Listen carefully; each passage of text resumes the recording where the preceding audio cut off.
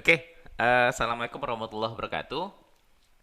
Kali ini kita akan belajar tentang sistem reproduksi pada manusia. Ini materi IPA kelas 9 semester 1. Nah, pada bab ini kita akan belajar 5 hal utama. Yang pertama, kita belajar tentang pembelahan sel. Tentang apa itu pembelahan sel, lalu kemudian apa jenis-jenisnya dan seperti apa prosesnya. Itu yang pertama akan kita pelajari. Yang kedua, kita akan belajar tentang struktur dan fungsi organ reproduksi pada laki-laki. Yang ketiga, kita akan belajar tentang struktur dan fungsi organ reproduksi pada wanita. Terus yang keempat, kita akan belajar tentang siklus menstruasi, fertilisasi, dan kehamilan. Ya, ini terjadinya pada wanita. Menstruasi nggak ada cowok yang mengalami menstruasi. Oke, nanti kita akan sampai pada kenapa sih sewaktu menstruasi wanita itu sering banget mudah marah. Oke, terus kita juga akan belajar terakhir tentang penyakit pada sistem reproduksi manusia. Oh ya, sebelum kita belajar, karena yang akan kita pelajari ini adalah sistem reproduksi, bagi sebagian orang sistem reproduksi ini akan jadi suatu hal yang tabu. Nah, ada yang perlu kita ingat di awal, kita tekankan di awal. Kita membahas ini tujuannya adalah untuk belajar, oke? Jadi ya nggak usah malu-malu, nggak usah berpikiran macam-macam. Oke, kita belajar sistem reproduksi biar kita lebih paham dan biar kita lebih peduli, oke, dengan organ reproduksi yang kita miliki. Biar kita bisa mampu menjaga kesehatannya, itu yang paling penting. Nah, yang pertama, kita akan ngebahas tentang pembelahan sel. Oke, apa itu pembelahan sel? Ya, secara umum pembelahan sel itu diartikan sebagai proses yang membagi satu sel induk menjadi dua sel anak atau lebih. Oke, apa maksudnya? Kita lihat contohnya. Misal gini, anggap ini misalkan satu buah sel. Nah, satu buah sel ini, setiap sel makhluk hidup, selama dia hidup, maka sel itu akan selalu cenderung untuk membelah. Oke? Apa tujuan membelah? Ya, biar makin banyak. Satu sel ini, dia bisa membelah menjadi dua buah sel yang sama. Nah, sel ini kita sebut sebagai sel anakan. Nah, masing-masing sel anakan juga bisa membelah menjadi dua sel anakan yang baru. Sehingga nanti kita akan peroleh 4 buah sel anak. Keempat buahnya ini masing-masingnya juga nanti bisa membelah. Sehingga jumlahnya makin lama makin banyak. Nah, ini terjadi pada semua makhluk hidup. Selama dia hidup, maka dia cenderung akan terus membelah sel ini. Cuma makin lama, makin tua, ketika usianya makin tua, maka kemampuannya untuk membelah akan semakin kecil. Oke, contohnya orang tua. Ketika kita semakin tua, maka sel-sel tubuh kita akan makin lambat membelahnya. Prosesnya akan terjadi semakin lambat. Terus, apa tujuan sel itu membelah? Tujuan sel membelah, pertama, tujuannya adalah untuk pertumbuhan. Dulu waktu kelas 7 udah pernah belajar tentang pertumbuhan kan? Apa yang dimaksud dengan pertumbuhan? Pertumbuhan kalau secara biologi diartikan sebagai proses penambahan ukuran yang nggak bisa balik lagi. Apa contohnya? Misalkan nambah tinggi. Kalian kalau nambah tinggi, mungkin nggak nanti jadi pendek lagi? Nggak mungkin. Oke? Terus nambah kepintaran misalkan. Nambah kepintaran ini contohnya kayak gini. Dulu waktu bayi eh, bisanya cuma nangis doang. Sekarang udah bisa ngomong, udah bisa ketawa, udah bisa jalan, lari. Itu kita sebut sebagai pertumbuhan. Gara-gara ada sel-sel otak yang tumbuh. Oke, ada bagian-bagian pada otot kita yang tumbuh dan nggak mungkin balik lagi. Oke. Nah, ya contohnya kayak tadi. Nih, ada bayi yang awalnya cumanya bisa tidur aja. Nanti dia tumbuh menjadi bayi yang bisa merangkak. Oke, kepandaiannya nambah. Terus nanti dia tumbuh lagi menjadi anak-anak, anak-anak yang yang ceria atau yang cengeng seperti ini. Oke, yang lebih tinggi, yang lebih berat. Terus kemudian dia tumbuh lagi menjadi seorang remaja. Oh, ini remaja pemarah. Terus tumbuh lagi menjadi seorang yang dewasa. Nah, proses ini kita sebut sebagai proses pertumbuhan. Pada pertumbuhan ini sangat penting peranan dari pembelahan sel. Kalau tidak ada pembelahan sel, nggak mungkin kita mengalami pertumbuhan seperti ini. Oke? Ini yang pertama. Tujuan pembelahan sel yang pertama adalah untuk pertumbuhan. Yang kedua, pembelahan sel berfungsi untuk perbaikan. Apa yang biasanya diperbaiki? Ya, sesuatu yang rusak. Nah, tubuh kita juga bisa mengalami kerusakan. Kerusakannya bisa terjadi pada tingkat sel, atau pada tingkat jaringan, ataupun pada tingkat organ. Oke? Apa contoh kerusakan yang paling sederhana? Yang paling sering kita alami? Luka. Oke? Luka adalah salah satu contoh kerusakan yang perlu diperbaiki. Nah, ini ada contohnya. Nih, dia ngalami luka pada jari tangannya. Nah, luka itu makin lama, ya dia bisa sembuh sendiri. Kadang-kadang nggak perlu diobati, dia bisa sembuh sendiri. Kenapa bisa sembuh? Gara-gara sel-sel yang berada di dekat luka itu mengalami pembelahan, sehingga lukanya bisa ditutup oleh sel-sel yang baru. Nah, kalau sering kita perhatikan, setiap ada luka, biasanya ada bekasnya. Bekas lukanya biasanya, kalau misalkan lukanya berupa sayatan, maka pada bagian sayatan itu biasanya lebih pucat daripada sekelilingnya. Kenapa lebih pucat? Ya karena diisi oleh sel-sel yang baru diproduksi. Sementara sekitarnya itu berupa sel-sel yang lebih lama, sehingga yang baru kelihatan lebih pucat. Oke, ini yang kita maksud dengan perbaikan. Dan perbaikannya nggak hanya berupa luka saja. Oke, sel-sel tubuh kita biasanya selalu berganti. Sel-sel tua diganti sama sel-sel yang baru. Terus, yang ketiga, pembelahan sel bertujuan untuk proses reproduksi. Nah, apa itu reproduksi? Reproduksi adalah perkembangbiakan. Oke?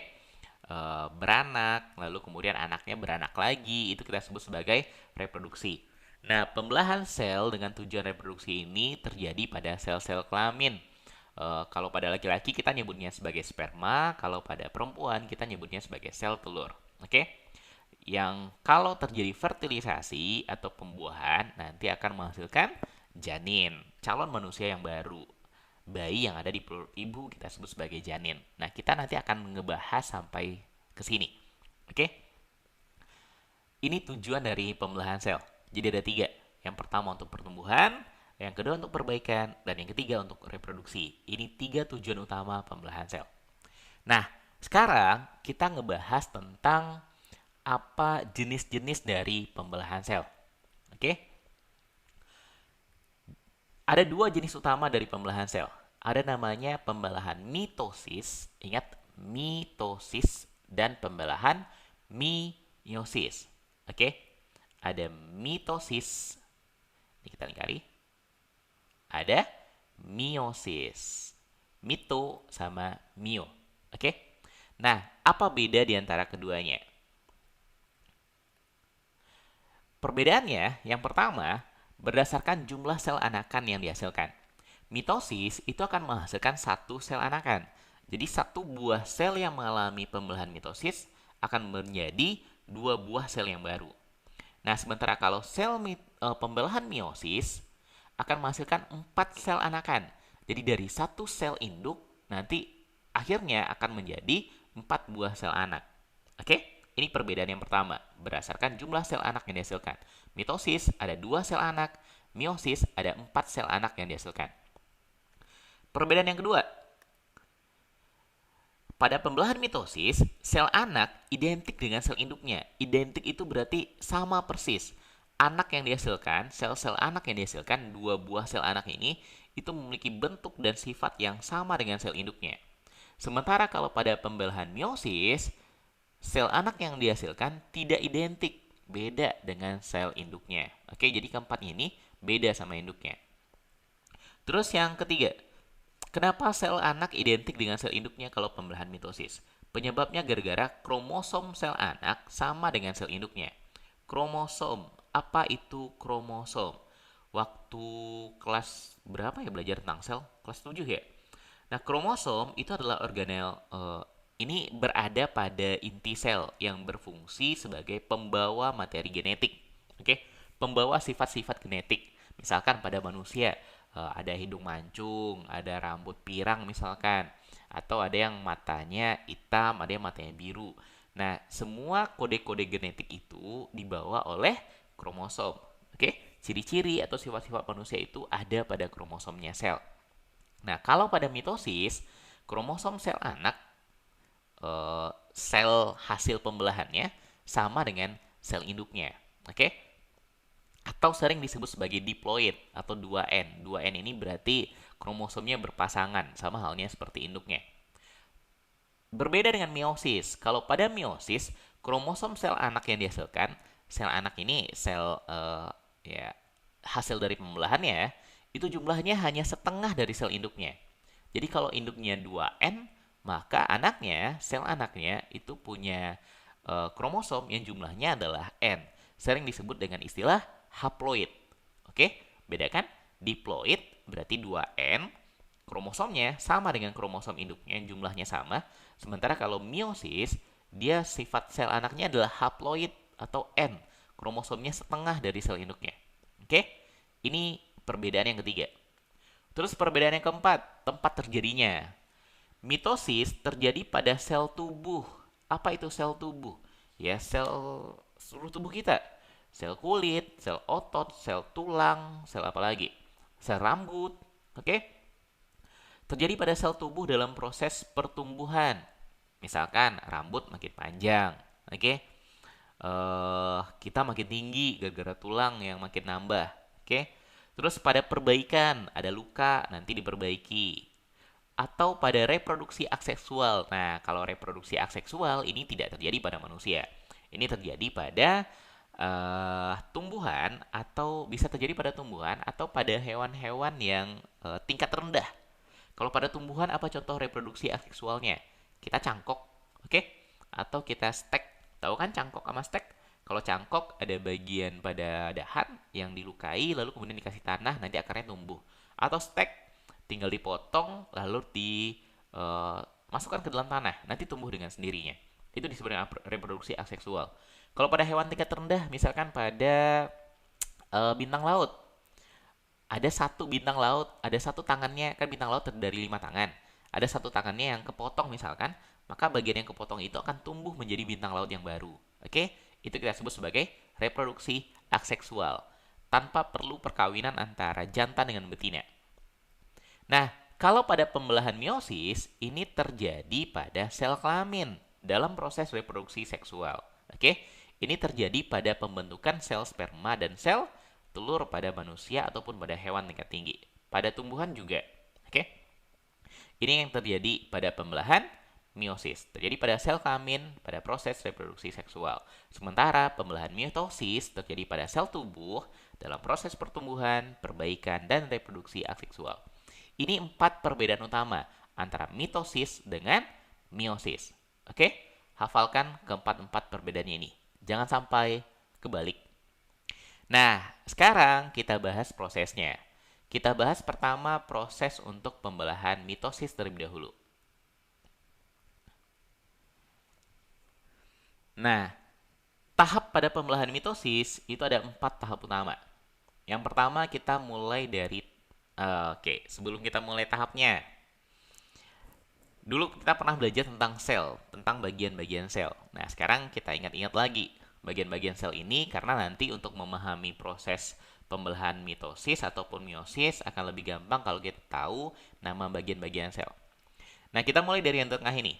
Yang di tengah ini namanya adalah nukleus atau inti bahasa Indonesianya. Ini inti. Apa yang ada di dalamnya? Di dalam inti ini terdapat kromosom.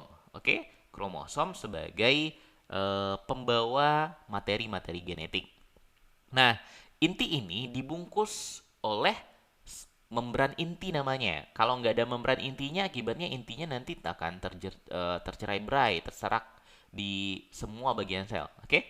Jadi dia dikumpulkan, dibungkus oleh membran inti. Jadi bagian luar inti ini kita sebut sebagai membran inti. Dalamnya kalau kayak gini jadi nggak kelihatan karena ada membran intinya. Nah, kemudian di luarnya ini ada berbagai organel sel. Kita mulai dari sitoplasma. Jadi cairan sel yang ada di dalam sel ini nanti ada cairan disebut sebagai sitoplasma. Dan organel-organelnya ini melayang di dalam cairannya. Yang pertama ada namanya, kita mulai dari yang atas, ada namanya aparatus Golgi. Yang ini.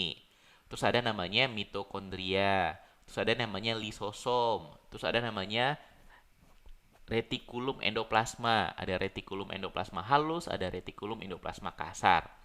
Terus ada ribosom, yang titik-titik ini ribosom. Terus ada yang namanya sentrosom. Nah, di antara semua organel sel, yang berperan paling penting, yang berperan penting pada proses pembelahan itu ada dua. Yang pertama adalah inti, nukleus, dan yang kedua adalah sentrosom. Dua hal ini yang nanti akan berperan penting dalam proses pembelahan. Nah, apa fungsinya? Sekarang kita lihat. Oke, pada pembelahan mitosis, proses pertama disebut sebagai profase. Oke, ini gambar sel yang tadi. Ini tadi intinya, terus yang ini adalah sentrosom. Oke, tadi sentrosomnya cuma ada sepasang sentriol. Jadi masing-masing ini nanti disebut sebagai sentriol. Oh, lowbat. Kita pause dulu ya. Oke, kita lanjutkan. Nah, apa yang terjadi? Kenapa sentrosomnya jadi dua pasang? Padahal tadi awalnya cuma sepasang. Nah, pada tahap profase ini ada beberapa hal yang terjadi. Yang pertama, yang terjadi pada proses profase itu yang pertama adalah ini.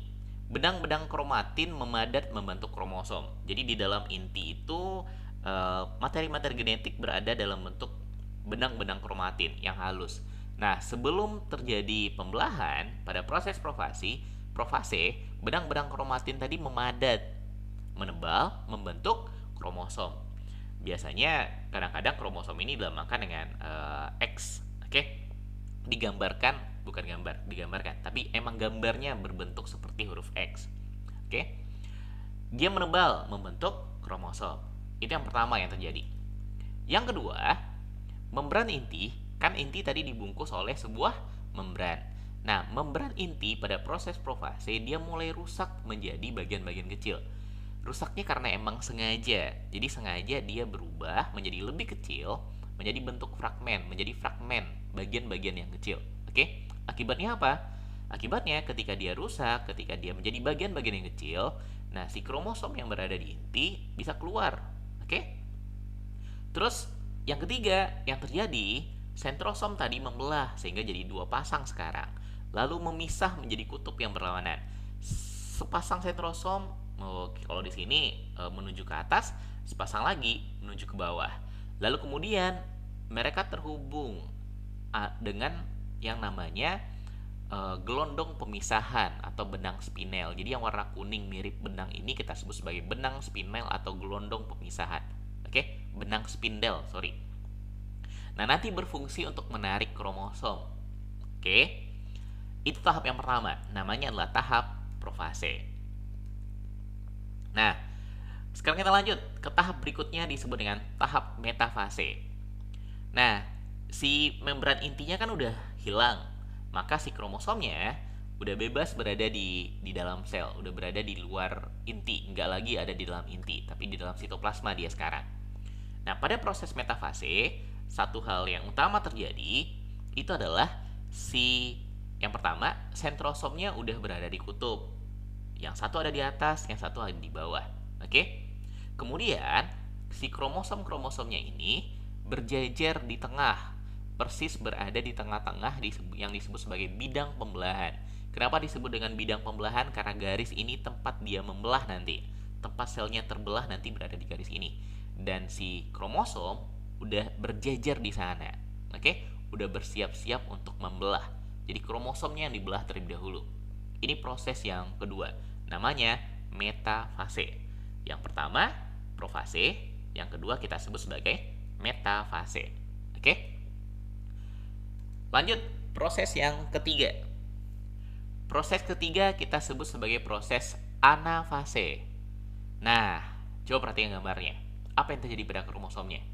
Kromosom yang tadi berjejer, oke, di bidang pembelahan di tengah-tengah, sekarang ditarik oleh sentrosomnya. Sentrosom atas narik ke arah atas, sentrosom yang berada di bawah narik ke arah bawah, sehingga kromosomnya jadi terpisah.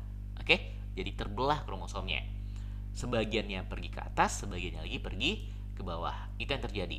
Namanya kromatid istilahnya. Jadi kromatid saudara dari setiap pasangan, ini awalnya berpasangan, memisah menuju kutub yang berlawanan. Ada yang menuju kutub atas, ada yang menuju kutub bawah. Oke? ini yang terjadi pada proses anafase. Jadi yang pertama tadi namanya adalah profase, yang kedua metafase, dan yang ketiga adalah anafase. Oke? Nah, berikutnya proses yang keempat dan yang terakhir pada proses pembelahan mitosis ini. Kita nyebutnya telofase. Kromosom yang udah terpisah, yang udah ke atas sebagian dan ke bawah sebagian, berikutnya mulai dibungkus lagi oleh membran inti. Jadi membran inti yang tadi awalnya di profase mulai menghilang, oke, berubah menjadi fragmen. Di bagian telofase, membran inti kembali lagi membungkus kromosom. Oke, masing-masing ada di sel yang atas dan ada di bagian bawah. Oke, jadi nanti akan dihasilkan dua buah sel dengan dua buah inti. Terus yang kedua, si kromosomnya mulai meregang. Kan tadi pada profase kromosom dibentuk, kromatin memadat membentuk kromosom. Nah, sekarang kromosomnya akan meregang lalu akan berubah lagi jadi benang-benang kromatin. Oke? Jadi benang-benang halus kromatin. Terus berikutnya yang tiga yang terjadi, terbentuk cincin pembelahan. Yang mana cincin pembelahan itu berupa lekukan ini. Oke? Di lekukan inilah kemudian sel akan membelah. Sel akan terbagi dua. Satu sel ada di atas dengan satu sel ada di bawah. Sel yang persis sama seperti sel induknya, oke, dengan jumlah kromosom yang sama, oke, sehingga dihasilkan ada dua sel anakan. Nah, ini kita sebut sebagai proses mitosis. Ingat prosesnya, profase yang pertama, metafase, anafase, sama telofase. Oke, perhatikan gambarnya baik-baik karena biasanya ini nanti ditanya. Oke, di ujian biasanya nanya ini. Bisa aja pertanyaannya berupa gambar, lo ditanya nama prosesnya apa, oke? Atau ditanya seperti apa urutannya, profase, metafase, anafase, dan yang terakhir adalah telofase. Oke? Nah, sekarang kita lanjut. Tadi kita udah ngebahas yang mitosis, sekarang kita bahas pembelahan meiosis. Nah, kalau pada pembelahan meiosis ini tahapnya agak sedikit lebih banyak. Kan tadi kalau pembelahan meiosis yang dihasilkan adalah 4 sel anakan dan prosesnya lebih banyak, lebih panjang. Nah, proses yang pertama kita nyebutnya sebagai profase. Ini kita zoom aja dulu. Ini zoom kalau nggak salah nih. Nah, ini.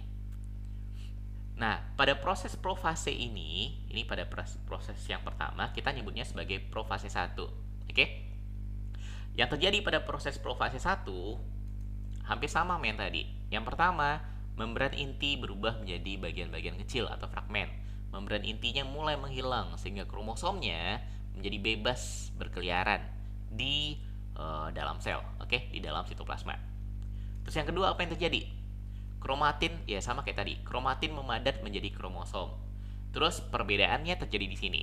Terjadi pindah silang di antara kromosom, terjadi ada kaki-kaki kromosom yang saling bersilangan. Ada bagian-bagian yang pindah.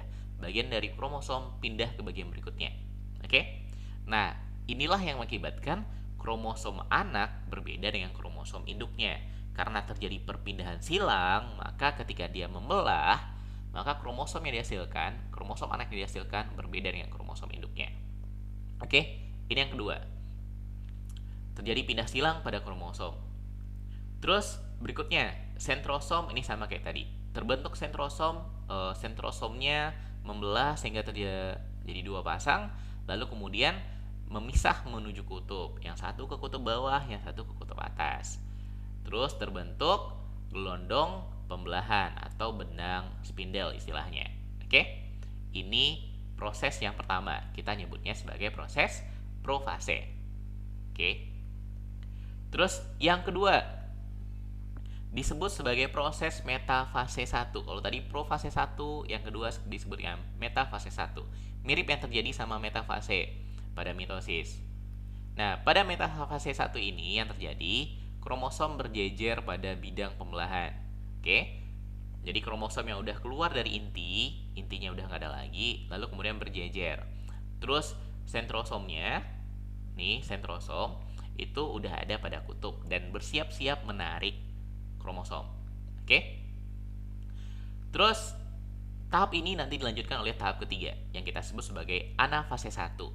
Nah, pada proses anafase, kromosom yang udah berjajar ditarik oleh sentrosomnya ke atas dan ke bawah sehingga terpisah dua. Oke?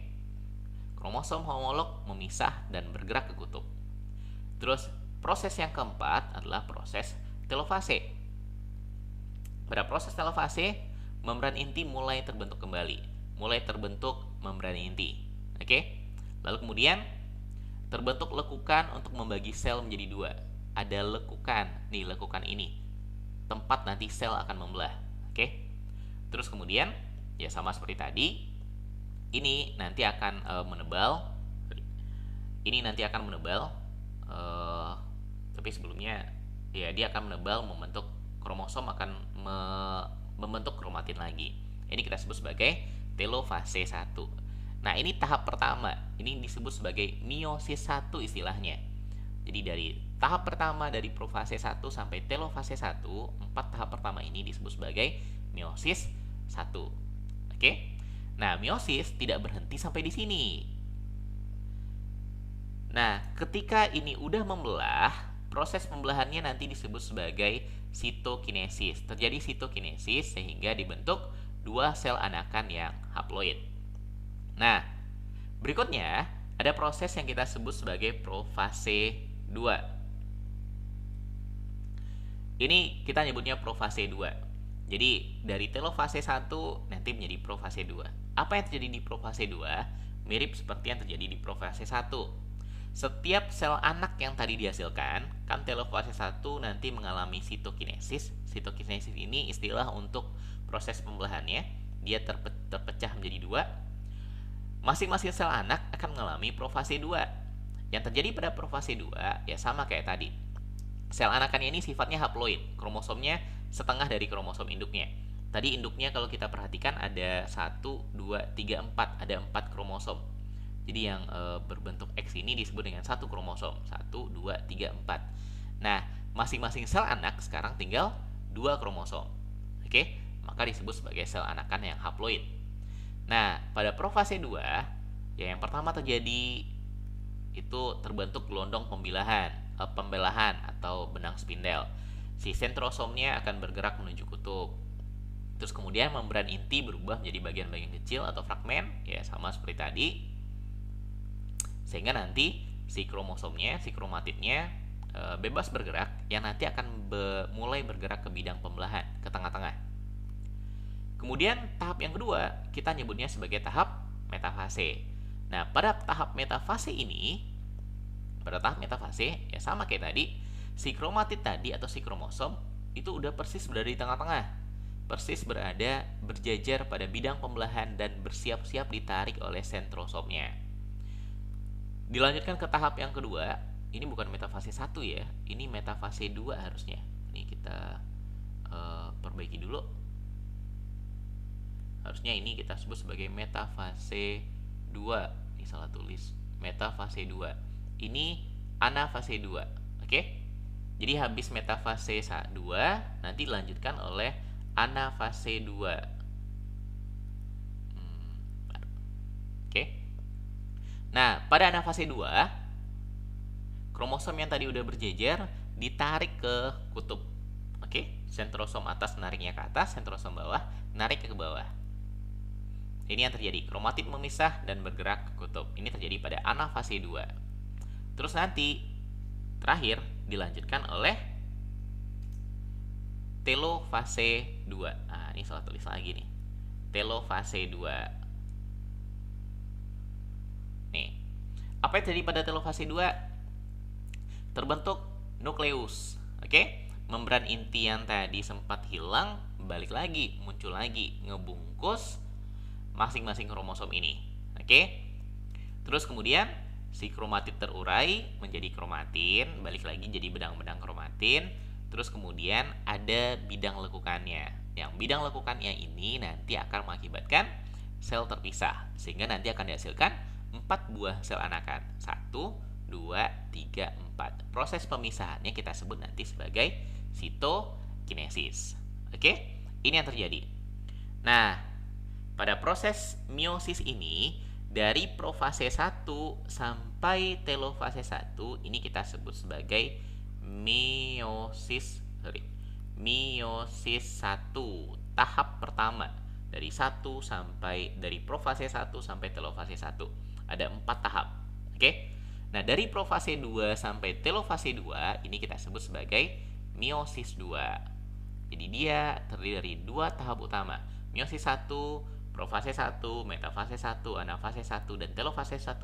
Kemudian meiosis 2 dari profase 2 sampai telofase 2. Ujung-ujungnya menghasilkan 4 sel anakan yang bersifat haploid. 4 sel anak yang haploid. Apa arti haploid? Punya kromosom setengah dari kromosom induknya. Induknya punya, kalau di gambar ini ada 4 kromosom, sementara masing-masing anaknya punya 2 kromosom. Itu kita sebut sebagai sel yang haploid. Oke? Nah, ini bagian terakhir dari pertemuan pertama ini. Kita belajar tentang pembelahan sel. Oke? Ada mitosis dan ada meiosis. Perhatikan perbedaannya dan hafalkan masing-masing tahapnya tadi. Oke? Nah, pada video berikutnya kita akan ngebahas